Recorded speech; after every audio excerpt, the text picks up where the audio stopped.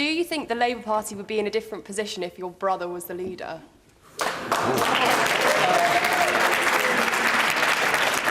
Look, I thought I was the best person for the job when I ran for leader, and I think that now.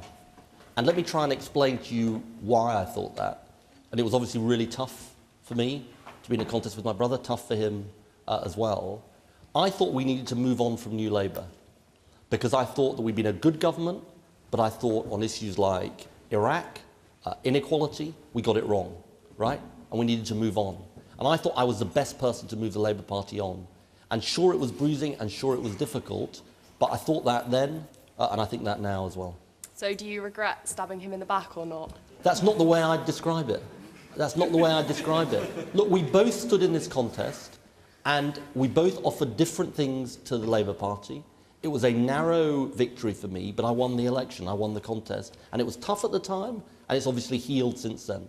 But, you know, I think the thing people are focused on for the next 55 days is a choice between me and David Cameron, not me and David Miliband.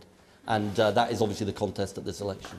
Okay. Yeah, gentleman there. I'll just say, people like to sleep on New Labour. You got to remember that things like your mum being able to take time off if she's pregnant and stuff like maternity leave. That was New Labour. That things that you guys take for granted and stuff, innit, man? You need to recognise what they did for us. That's quite right. Okay. Yeah, gentleman there. The only reason why you became the leader is because of the trade unions. Your MPs didn't want you as leader. Your members didn't want you as leader. The only reason why you got there was the trade unions, and now they're holding you to ransom. Len McCluskey is the only reason why you're sat in that chair instead of David. And if you compare... You don't need an and, I don't think. Okay.